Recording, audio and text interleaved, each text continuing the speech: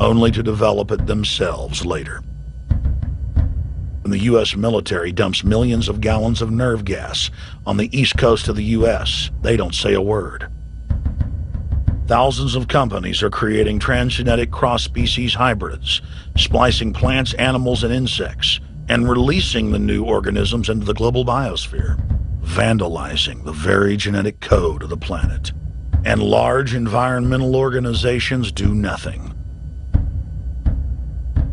The corporate elite of the planet intensified their push for a global taxation system with a year-long build-up to the live Earth hysteria held on July 7th, 2007 on 7 continents.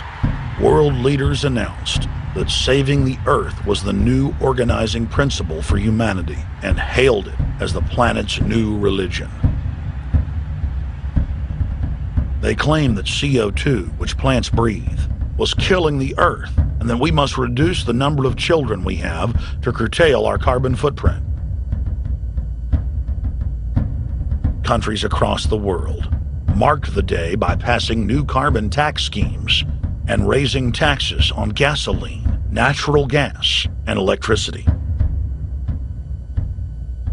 It is a scientific fact that the sun is the main driver of planetary climate, and the measurements are clear. The sun is becoming hotter, brighter. It has been slowly increasing thermal output in the last 100 years, causing warming not just on Earth, but throughout the solar system. But the scientific facts and even the order of the planets didn't matter to one of the chief organizers of Live Earth, David Mayer de Rothschild, heir to the British arm of the Rothschild fortune, when we spoke to him. When I called Rothschild on the order of the planets, he just laughed, thinking the audience wouldn't get it. He continued to count on the population's ignorance and claimed that the global warming lobby has nothing to do with carbon taxes. I guess he hadn't spoken with his good personal friend, Al Gore. Global warming, the time for debate is over. I think what you have to realize is that being environmentally sensitive and making money aren't mutually exclusive. There's a lot of money to be made in addressing this issue. But you guys are gobbling up all the world's concern to just simply line your pockets and make kids read your book in schools and do all this. It's a business, just like you said, Rothschild. It's not. Do you think I make any money out of this? It's the same thing. It's the same thing your your money-changing ancestors did. They're in Germany, Red Shield, and I'm calling you out, Red Shield. We know it's a scam. A pollution-based tax system, principally CO2. We're causing it mainly, vast majority of it. The consequences are bad and will be catastrophic unless we act. The polar ice caps of Mars are receding at several miles a year, much faster than ours, and that the moons of Saturn and Jupiter are melting. In fact, several of their moons were ice and are now liquid seas. Now, how are SUVs causing that, David Rothschild? That's because those planets are closer to the sun, my friend. No, Jupiter and Saturn are not closer to the sun. Neither is Mars. Yes, sir. I think you'll find, right, that the very simple matter, and what I wanted to say, and this is my final point, forget your taxation theory, because actually it's not taxation. Put a price on the carbon. A tax is the best way. Cap and trade can also do it. If there were a carbon-based tax, would there be a need for an economy-wide cap and trade system? They are not either or. We can do both. I am in favor of both.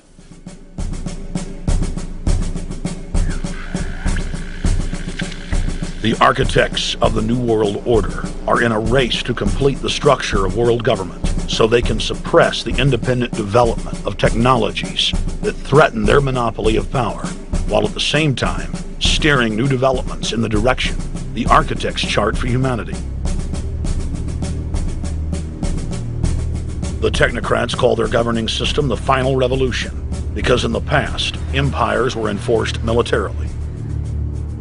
Now enforcement is primarily psychological and economic, and society itself is a construct of the elite who operate outside the controlled paradigm and control the civilization within, Just as a child maintains the environment of a fish tank, we are like lab rats living out our entire existence, never questioning the confines of the cage or the scientists who experiment on us. New World Order engineers have hijacked human destiny. Its controllers have closely studied human behavior for more than 100 years and are now steering us with expert control, using our primitive drives and desires as levers. They have developed their mind control systems to the point of being able to control the average unconscious person like a car.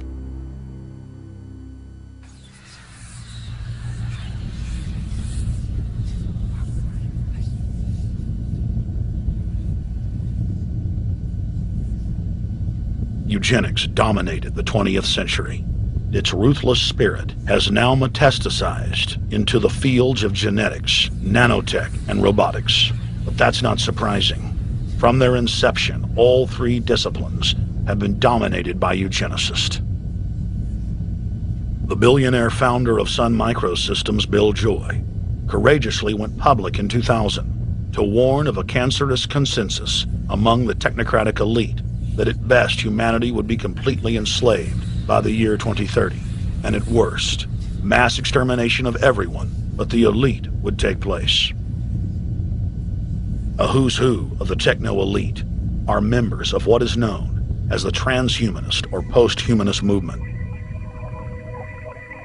Many of its adherents see only the beneficial aspects of technology's exponential rise, like bringing sight to the blind, sound to the deaf, and longer life for all. But what many of them don't know is that master eugenicist Julian Huxley founded transhumanism, and that society's controllers openly admit that the new system is designed to progress into absolute tyranny.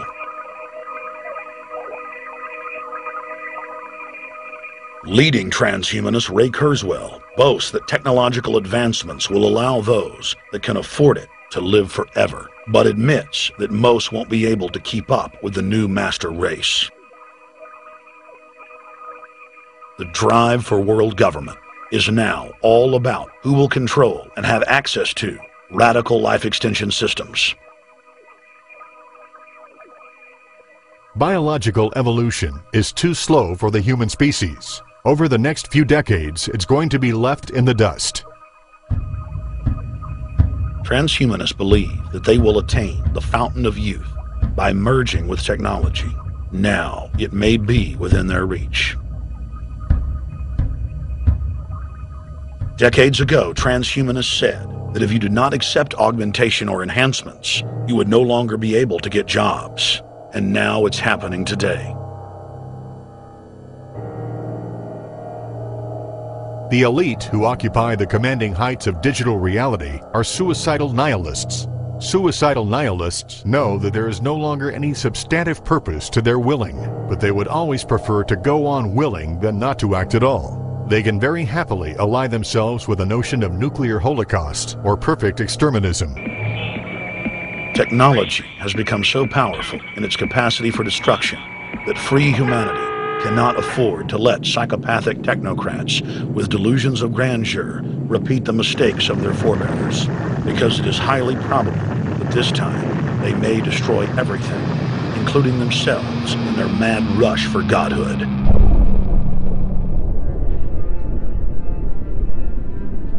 In this film, we have chronicled the overlord's bloody orgy of experimentation, which already claimed the lives of more than 150 million people in the 20th century. And now, they are promising to deliver an invincible tyranny that will dwarf their past exploits. In the days of World War II, there were sovereign nations and armies to stand against Hitler's final solution. Once world government is in place, no one will be able to stop the New World Order's plans for global population reduction. For those immune to psychological programming, hundreds of FEMA camps have already been built throughout the United States. In their quest for population reduction, no method is off the table. These dark builders intend to release a string of man-made bioweapons plagues. each one worse than the last, while at the same time expanding the police state to enforce an orderly extermination of the population, all in the name of fighting invisible terrorists. And the Georgia Guidestones stand today as a cold testament to the elite's sacred mission. To have a two-class system where the underclass are forced to live as slaves in tiny enclosed cities, while the elite enjoy the land of the earth, evolve into superhumans with the aid of advanced implantable technologies, live eternal lives, and travel throughout the cosmos. This is the promise given to the inner members of the New World Order and the agenda of the Bilderberg Group.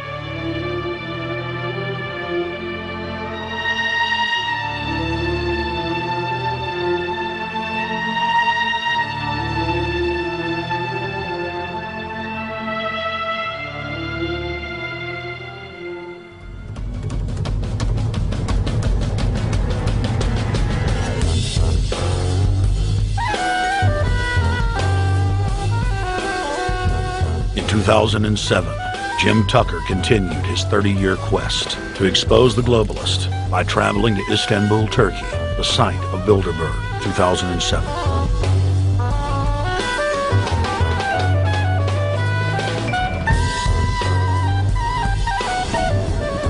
Jim Tucker, thank you for coming on, my friend. It's always fun. Jim, tell us what you saw today when you were out at the Ritz Hotel. We were at the Ritz-Carlton. It looked like a typical Bilderberg scenario. They had the armed guards all around the place. They had platoons of cops in formation waiting for disbursement. They also had cops all the way around the building, and they had all those high-tech things where every member can hear whatever's spoken in any language, instantly translate into his own language so they can keep up with it.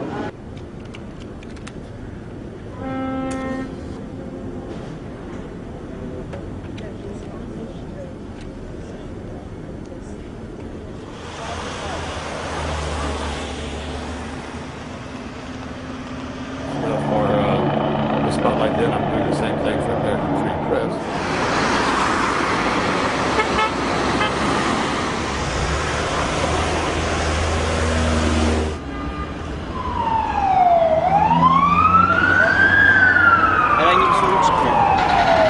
Is the hotel open?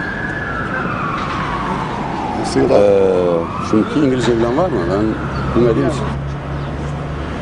Let's just ask him directly.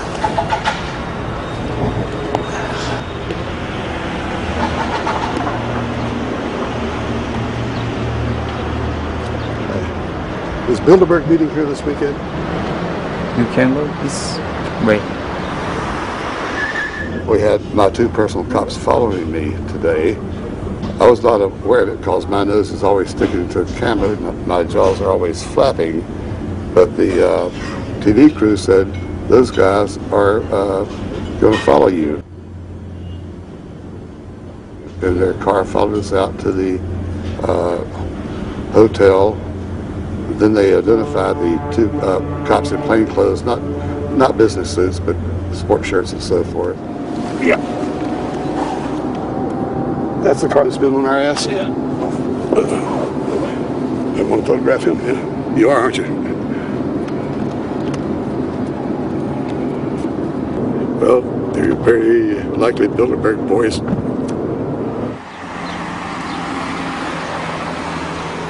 John Elkin, owner of Fiat and a fellow Bilderberger, thought that they could take a stroll off the grounds without being noticed by the commoners. I was thinking about that.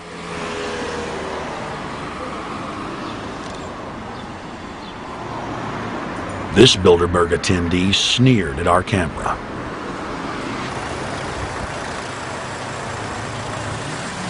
This carload of kingpins gave the media a murderous look and seemed shocked that they would dare point a camera in their direction.